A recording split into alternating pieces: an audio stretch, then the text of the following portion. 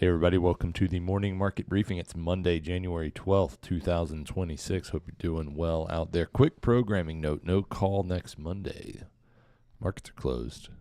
It sneaks up on you every year because you got all the holidays, then you got another holiday, and then we're going to have Groundhog Day. Groundhog Day, the big one. I'm excited. We've got some special coverage planned for Groundhog Day. So you guys make sure you are subscribed. Make sure you get alerts on the YouTube page if you are watching us live. So you know when we're on there, share it with a friend. All that good stuff. Because you're not going to want to miss the Groundhog Day broadcast. Let's make sure that's not on a weekend. It might be. No? February 2nd, right? Yeah. Tuesday? It's a Monday. Monday. Nice. That's big. So as promised, big Groundhog Day plans are in full effect. I mean, the question is, who do we think is the better prognosticator? Is it Puxatawny Phil or is it General Beauregard Lee, who lives at the, I forget what it's called, but it's a real sketchy animal sanctuary here in the great state of Georgia and named after a Confederate general. I don't even think I knew about. Oh, we went and visited him. General Beauregard Lee. Yeah, give him a goog. He's a hero in these parts. Is he a groundhog? He's a groundhog. I was kind of hoping he'd be like a different animal altogether. It's one of those it's like the North Georgia Animal Safari Park. It's very, it's the kind of place where you can put quarters into a vending machine and throw kibble at bears kind of spot. Should we go there for the call? Do a live call there. That'd be very fun. Hicks, bring all the cameras. Yeah, I'll figure out where he is in space, but I've definitely been there and seen him. I love it. All right, big weekend. This was interesting to me, this story. Jay Powell put out a video statement and a written statement saying that the Federal Reserve was served on Friday with grand jury subpoenas. What was interesting about this to me, and I don't know if you guys had the same experience, but I learned about the initial news with Jay Powell's response to the news because it was everywhere. But I did not know the underlying news story until I saw the response. Is that how you guys, I sent the response to you guys. I saw it on Twitter. I knew that had gone out, but I didn't think that this would make as big a splash. I'm excited to talk about everything that happened over the weekend today. This is going to be a fun call. I didn't see the subpoena. To your point, Trump didn't know about it either. And at first I saw it and I thought it was AI. I completely, when you sent that tweet to me and it had a link to the Federal Reserve website, I was hesitant to check the link because I'm like, this is going to take me to some You're going to weird see website. That picture that everyone knows what we're talking about. It was very hot during COVID. So Powell notes that on Friday, the Department of Justice served the Federal Reserve with grand jury subpoenas threatening a criminal indictment related to my testimony before the Senate Banking Committee last June. That testimony concerned in part a multi-year project to renovate the historic Federal Reserve office buildings. He then goes on to basically say, Trump's just trying to pressure me to cut rates. Tom, let's let you cook for a minute. Here are my thoughts. The first is Jay Powell's response is not what he needed to do, in my opinion. I don't think that this deserves a presidential, announcement, address type speech where he's looking straight in the camera, he's not wearing his glasses, and basically being like, rolling out the playbook that Donald Trump is coming after me because he's a bad guy and he wants to attack my beautiful independent Fed. I wish he would have hit us with they're not coming after you, they're coming after me. Yeah, I think that, he did his with a part of serving your country is standing up to evil power or whatever he said. But I think it's a bad look. I think they should have responded with some sort of press release that, hey, we'll be cooperative. Obviously, there's been a misunderstanding and we're going to continue to move on from this. I would also argue that Scott Bessent is heavily, heavily, heavily involved in all things going on around the decision-making of the Fed. And I don't think that there would be a criminal investigation launched unless he thought there actually might be some criminal activity. And if you look at the money that's been spent on refurbishing this Fed building, it's like $4.2 billion. Think about how much it costs to build Jerry World. Or like any of these major stadiums. How come refurbishing an old building that's already built is costing so much money. And Jay Powell has argued that it's actually a couple buildings and that some of that money has been spent. But, I mean, you can go downtown and look at the Federal Reserve Building in Midtown, and it's beautiful.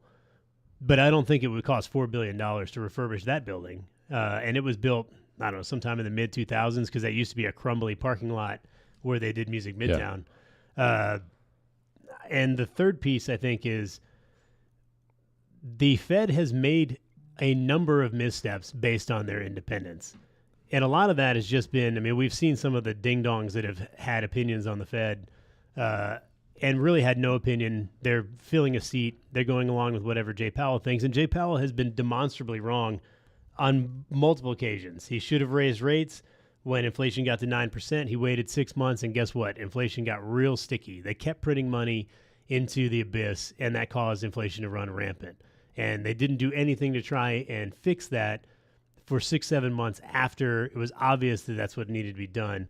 And then coming around the other direction, you know, it was pretty obvious that the jobs data was wrong, the economy was slowing, and they needed to start cutting rates back earlier this year.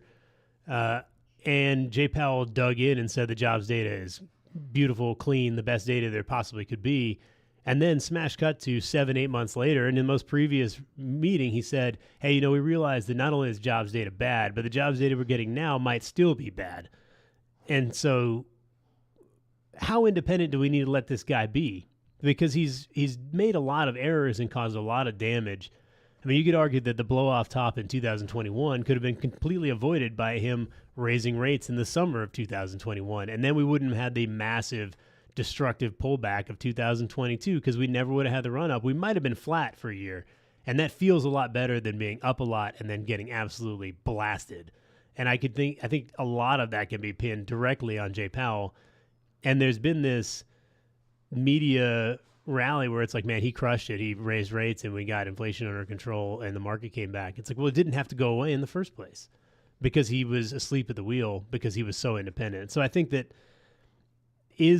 do I think that Trump is going after Jay Powell specifically because he wants to put pressure on him to cut rates? No, I think we have plenty of people inside the Fed now that are doing that effectively. And I would argue we probably don't need to cut rates necessarily right now because the data is so strong in a number of ways. And that things like allowing the GSEs to just blow up their balance sheets by buying mortgages is actually going to be more effective than anything the Fed would do. And I think that if there's some sort of fraud here or there's overspending or that money's going into pockets it shouldn't, then Scott Bessent's probably rooted that out because overspending is a real headline right now. Huge government contracts, people getting paid a lot of money that doesn't seem to be getting to either children or going to other countries or, I mean, who knows? Construction has constantly been a problem for the history of the United States of going to the mafia or the Teamsters or somebody who's up to no good, and this could be an example of that. Maybe they found something. I don't believe the narrative that the whole point of this is to make Jay Powell look bad and resign so they can get rates cut. I think if they wanted to cut rates, they would, and I don't think they will. Has anyone, do we have any data on the documents that were actually requested and what has been subpoenaed? I don't have that, but Jay Powell had them in his pocket. Remember when they toured the building, he had the data because in his pocket. That's the thing that I keep coming back to. I agree with a lot of what you said, Tom, in the sense that I don't think this was the appropriate response, even just the media that was used for it. I'm still not totally convinced that we know this whole story in the sense that it seems like a real jump to say I've been subpoenaed about the cost of my renovations. They're trying to get me to cut interest rates. Those seem like very different topics when it's been very clear and there's quite a bit of precedent for the way in which Trump tries to put pressure on Powell, and it's not through how much did that renovation cost. Correct. I feel like these are two different issues. I agree that they're two different issues. I also think that if I'm in Trump's spot, I'm also looking for any leverage that I can get, and this would be one point of leverage. I wouldn't put it past Trump, I guess, is what I'm saying, to look for an angle here. That said, I don't think he is, because he's not very shy about saying when he's looking for an angle. And he was asked about this yesterday, and he said, I wouldn't even think of doing it that way. What should pressure him is the fact that rates are far too high. That's the only pressure he's got. Yeah, So- he also added separately that he's not very good at the Fed and he's not very good at building buildings. True. These are demonstrable facts. So I part of me wonders if this is an example of Trump saying to Pulte, the FHFA guy, Federal Housing and Finance Authority head, you got to figure out a way to get the cost of housing down and improve housing affordability. And Pulte, I mean, he's like a dog with a bone. I mean, before he just took it on himself to start going after the Fed members. He was the one who dug up that stuff on Lisa Cook, among others. I wouldn't be surprised if he said, called up Pam Bondi and said, "Hey, we got to serve Jay Powell." And that's the question that I still have is like, in what areas is the Fed being examined? I mean, I think the idea is that they spent $4 billion on. But I'm not sold that that's what the actual true meat of the subpoena and the document request has to do. Like, I think that could be cherry picked as here's a ridiculous thing they're looking into because they want me to cut rates. Yeah, I just don't think they're related. I think they probably suspect that some of that money is going out the door. I mean, here's a great example of why I think that there might be some malfeasance here. Adjusted for the inflation, the building cost of the Burj Khalifa, the world's tallest building, $2.5 billion. So they're going to put up some paint, and I heard a new executive elevator that just takes Jay Powell from his office to the executive dining room, somehow going to cost $4.2 billion, even though the elevators that take you from the bottom to the top of the largest building in the world somehow cost a lot less than that. So I think that that's something to maybe take a look at. I mean, I think it's a lot like the Somali place with no kids serving 215,000 meals. It is interesting to me that Trump's distanced himself from it. Well, I don't know if you've seen this, but the new taco trade is the tuna trade, which is Trump usually negates announcements. So this could be something to consider as well, that this might just get negated because it'll turn out that everybody misunderstood the situation. Jay Powell is going to look like a ding-dong, which he seems to be very comfortable with. And then Trump's just going to get back on the you got to cut rates thing, and everyone's going to move on. But for the moment, it seems like a big news story. And the reason for that goes back to my first point, which is that Jay Powell had no business doing a live response blasted all over social media. I think the market reaction to it too, like what's important right now is that the market's selling off, bonds are selling off, stocks are selling off as it relates to this. This is a knee-jerk, don't tread on my turf kind of thing from financial markets and from Wall Street Journal readers and people who are fans of Jay Powell. They don't like seeing one of their people what they view as being attacked. And I think that's why you're seeing what you're seeing this morning. But I also think that this is a very short-term phenomenon, and I think that at the end of the day, the market's going to price things fairly, and the market's not and what's a fair price is not the emotional reaction to an emotional video from last night. Nick Timmerhouse noting that Powell had hired powerhouse D.C. firm Williams & Connolly as outside counsel before the DOJ subpoenas arrived. Now, that could be interpreted in one of two ways. Timmerhouse choosing to interpret it as, quote, a sign that he has been ready for whatever turns the White House pressure campaign could take. Know who else hires attorneys? Criminals. People that have done something wrong. Yeah. I'm just throwing it out. I mean, I don't know. I don't know what's in the subpoena. I don't know what's going to come from it. Yeah, but being ready to have criminal charges filed against you usually means you might know that there might be something criminal. I want to be really clear. I don't know what they're looking for, what they're going to find, what's going to turn out, or if there is any criminality or malfeasance involved. I don't. But recent history has shown us when everyone makes one assumption based on one video that's come out, sometimes that's not the correct side to jump on. Yes. Let's talk credit cards. I do want to say, speaking of if Scott Besson is behind this and there is some sort of criminal stuff, Jay Powell is toast. Scott Besson is not letting that guy out. Also, there's a story over the week. I not to continue to get into politics, but Scott Besson was very upset. He was supposed to go to the Minnesota State Capitol to do some business and also to conduct some interviews, and his security guarantee was denied personally by Tim Walz, and so he did not go to the Minnesota State Capitol, and he's not happy about that. He was very public about that in an interview over the weekend, and Tim Walz is dead. He may already be dead. Scott Besson is going to absolutely destroy him with every power he has. He's going to get Jerome Powell and Tim Walz to alligator Alcatraz in no time. I mean, he is the economic serial killer of our time, and he is about to go to war. He is so mad. He is so mad. Yeah. So be prepared for that. So if you think, oh, this is a Trump's political retaliation, the answer is actually no. It's Scott Besson, and you got real problems now. Trump wants to cap credit card interest at 10% effective January 20th. Got a lot of questions.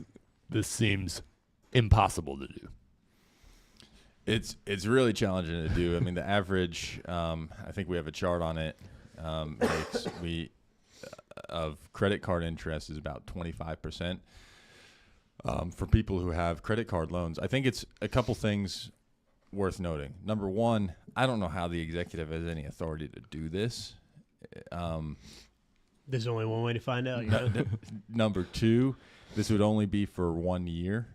And then number three, credit card companies make money a lot of different ways. I know Bill Ackman was out on it all the time. And it's like, for a guy who has as much money as him, who has been both as successful and he sure can't ignore some facts.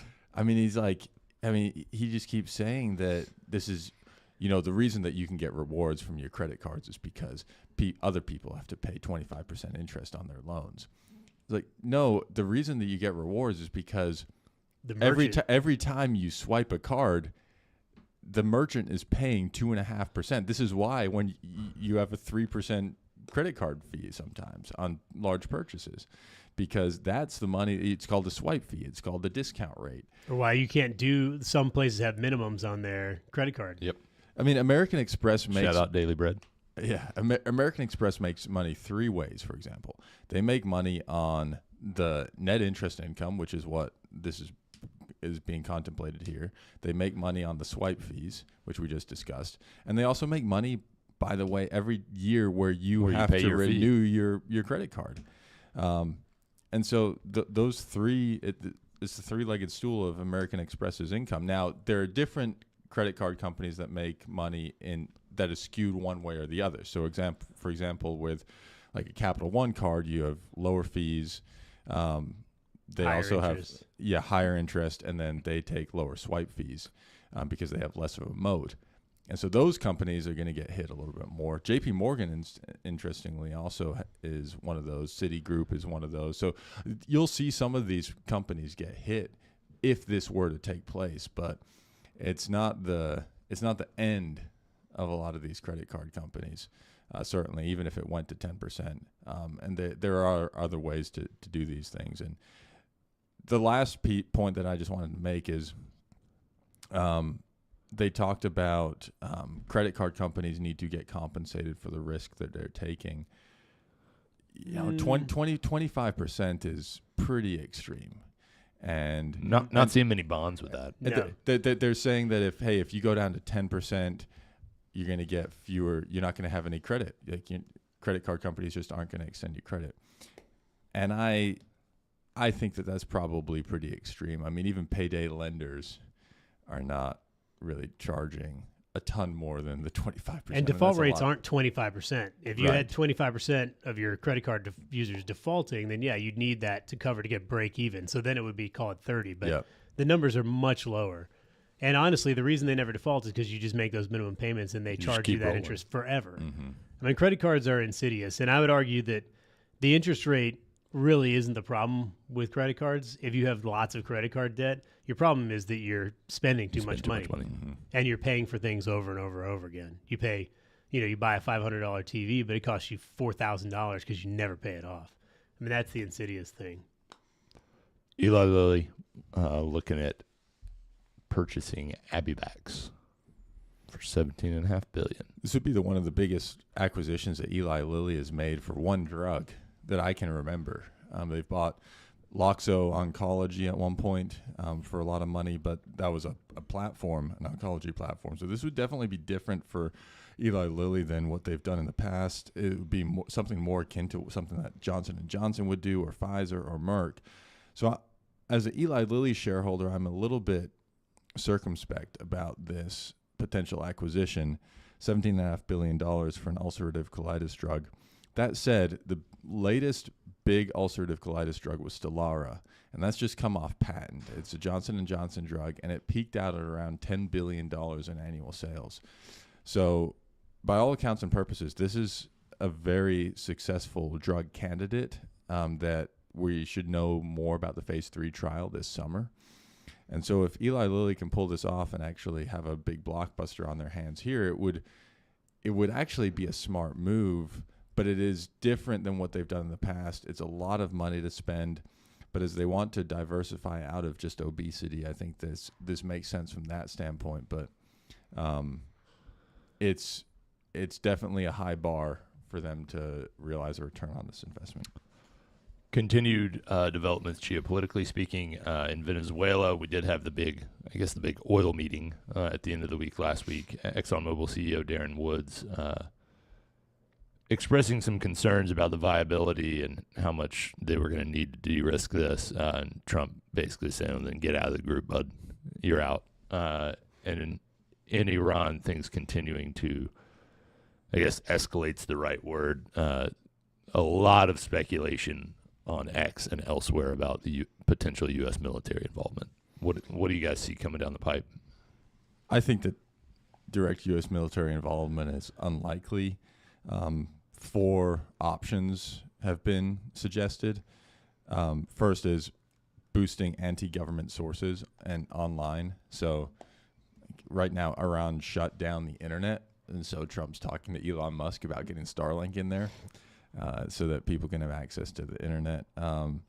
Number 2 is deploying secretive cyber weapons against Iranian military and civilian sites. Number 3 is placing more sanctions on the regime. And number 4 is military strikes. I think that we're going to do something. I don't think it's going to be military. I mean, I think it's highly likely that we could give a little nod and Israel will get in there. Yeah. I think they're chomping at the bit to do it. And, I mean, it is what it is. Big week this week. In addition to all the stories we just discussed, lots of earnings coming out, some economic data. What's top of mind for you guys? Yeah, there's stuff on the calendar that we need to pay attention to, and then there's stuff on the calendar that could become the biggest stories of the week that we don't know if it will happen this week or if it will happen at all. And then there's stuff that's not on the calendar that will definitely happen. Yes. You got earnings starting this week, including tomorrow with JP Morgan and Delta. So Delta will be very interesting as it relates to the travel demand. Has that picked up after the government shutdown? And then JP Morgan, I'm sure they'll be asked about the credit cards as well as the mortgage situation. So that'll be very interesting tomorrow morning. And then we have a 10-year auction today. Right now, the 10-year is selling off, so I'll be curious to see if if real money use that as an opportunity to buy in. We have a 30-year auction tomorrow. And if I be small business optimism tomorrow, and we'll be able to talk about that on the call because it comes out at 7 a.m. as well as CPI. CPI is expected to start to come down. So a lot of news, even just in the next 24 hours. On top of that, you have Trump and Machado probably meeting, Machado of Venezuela. You have potential for a tariff ruling this week. We thought it might come on Friday. Yep. Now it could basically come pretty much any day this week. You have the Iran meeting on tomorrow. You have ACA open enrollment that's ending on Thursday. And then you have Rubio meeting with a bunch of Greenland representatives over the course of the week. So it's going to be.